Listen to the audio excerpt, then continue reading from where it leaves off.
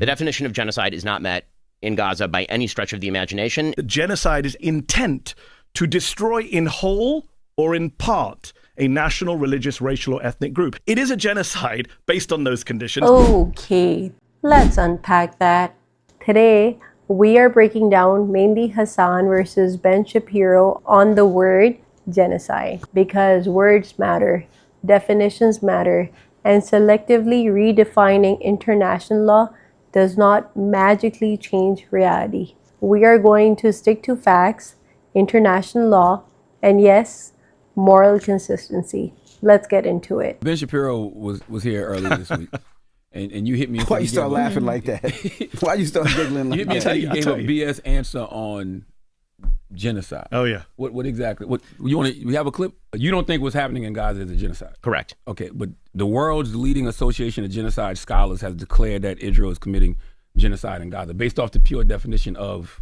Well, it's not actually, if you read their actual study, it's not based on the quote-unquote pure definition of genocide. They don't actually even define genocide in the document. The question is not whether some sort of coterie of people who call themselves experts in an issue are quote-unquote experts on the issue. The question is whether the definition is met. The definition of genocide is not met in Gaza by any stretch of the imagination, and you can cite to me, a group that I hadn't heard of until 2 seconds ago, and nobody had heard of until 2 seconds ago, that voted in a particular way. That doesn't make a difference definitionally. So what is a genocide to you? A genocide is the attempt to forcibly destroy an entire population, which is not what has happened.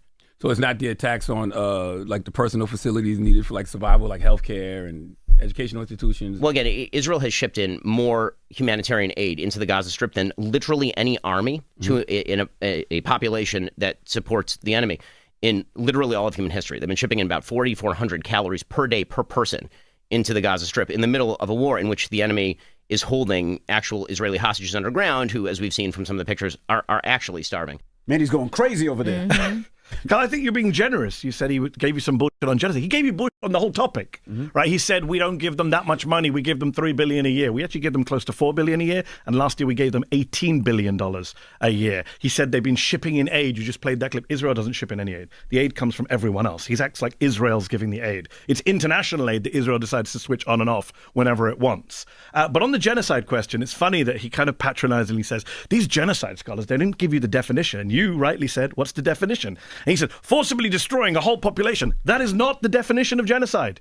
The 1948 Genocide Convention gives us the definition of genocide. Article 2, it says very clearly that genocide is any of the following acts with the intent to destroy in whole or in part a national, religious, racial, or ethnic group. And one of those acts, killing members of the group, causing serious bodily or mental harm to the group, inflicting conditions of life on a group that cause its physical destruction, preventing births within that group, and taking children away from that group and giving it to another group. 5 conditions. Israel's met at least 4 of those 5 conditions by any sane description of what they've done in Gaza. It is a genocide based on those conditions. The Israelis are saying it's a genocide. Just listen to what they say. They say genocidal stuff all the time. And here's the worst part.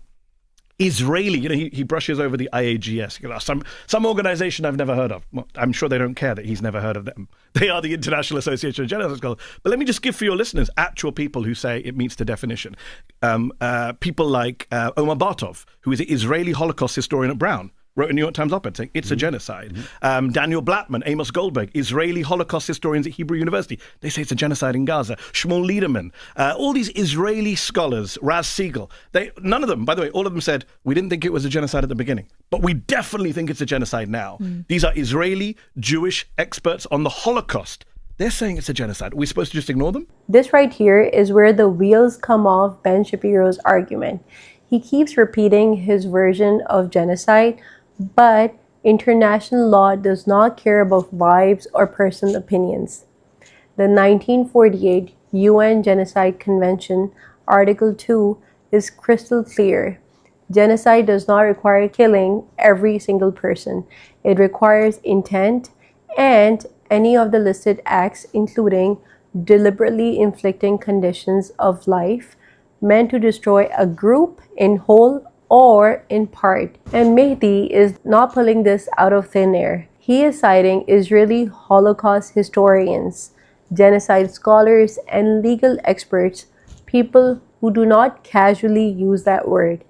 Also, this idea that Israel sends in aid so it cannot be a genocide, that's not how this works. Controlling food, water, electricity, and borders, and turning them on and off is actually part of how collective punishment functions under international law. And just to ground this morally for a second, in Islam, the Quran says, whoever kills a soul, it is as if he has killed all of mankind. The scale matters, the intent matters, civilian life matters. You don't get to lawyer your way out of mass suffering. What determines a genocide? And the reason I ask that question is because I feel like most war can be classified as a genocide. It's the intent, right? Okay. So if you express intent to destroy this group because of who they are, because of their national, ethnic, religious, racial characteristics, that's what makes it just a war. Like the Iraq invasion, killed maybe 1 million people. But no, most people don't accuse George Bush of a genocide because the goal was probably oil, security, whatever you want to say. It's protecting Israel. It wasn't to destroy Iraqis for being Iraqis. But here the Israeli government is saying, we want to destroy Palestinians. We want to wipe out Gaza. We want to disassemble Gaza, to quote Bezalel Smotrich, leave it in piles of rubble. And it's so interesting when you talk about intent and what makes a genocide a genocide. It's not about killings. Ben Shapiro says that the Chinese are guilty of genocide in Xinjiang against the Uyghurs, right? And I agree with him. I think it is a genocide in Xinjiang, but they haven't mass killed the Uyghurs. They've locked them up in camps. They've tortured them. They've prevented them from using Muslim names. They've broken down mosques, intent to destroy a group. But they haven't mass killed them like in Gaza. But Ben says it's a genocide in Xinjiang. That's weird. He says Syria is a genocide, even though Bashar al-Assad didn't say anything as close to genocidal as the Israeli government. Bashar al-Assad killed around 1 to 2% of his population over 10 years. Netanyahu has killed minimum 3% of the Gaza population in less than 2 years. So why is Syria a genocide and not Gaza, Ben?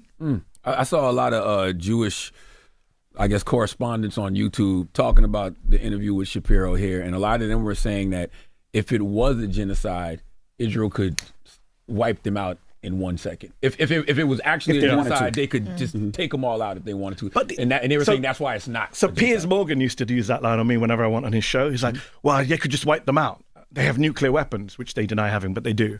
What's funny is, again, Joe Biden, the US government, says that Ukraine is a genocide. Vladimir Putin could wipe out Ukraine with a nuke tomorrow. Why is that not a factor? The Chinese have nukes. They could wipe out the Uyghurs. I mean, it's a dumb argument to say you could kill everyone. We haven't. There's reasons why they haven't killed everyone, because they probably think we're not at that point of impunity. Although, again, Smotrich, finance minister, what did he say last year? He said, starve everyone in Gaza if I could. Morally, it's justified. It's just we can't get away with it. Sadly, they are getting away with it. They have starved a lot of people in Gaza. So it's a ridiculous argument to say we could kill everyone. That's why it's not a genocide. But the genocide definition isn't killing everyone.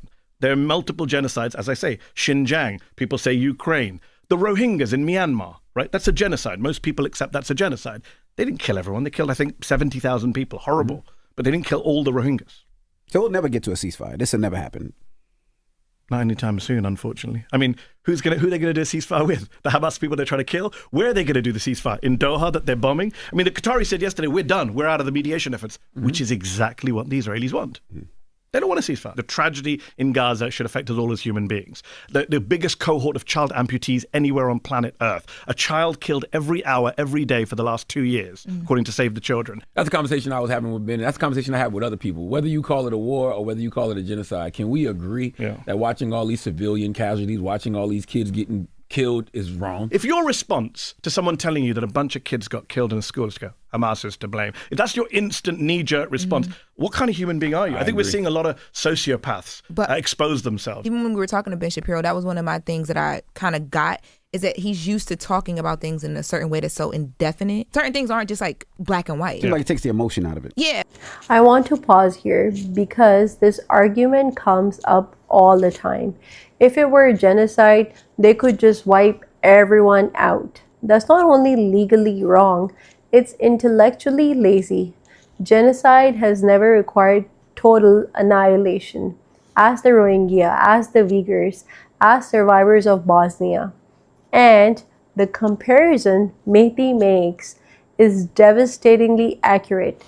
Ben Shapiro himself calls Xinjiang a genocide, despite no mass extermination. So suddenly the standard changes when Palestinians are involved, That inconsistency is the point. Also, intent isn't hypothetical here, it's publicly stated. When government ministers say flatten Gaza, starve them, or erase it, those statements count. Courts literally use them as evidence. You don't get to say, we didn't mean it, while doing it. This conversation shouldn't even be this hard.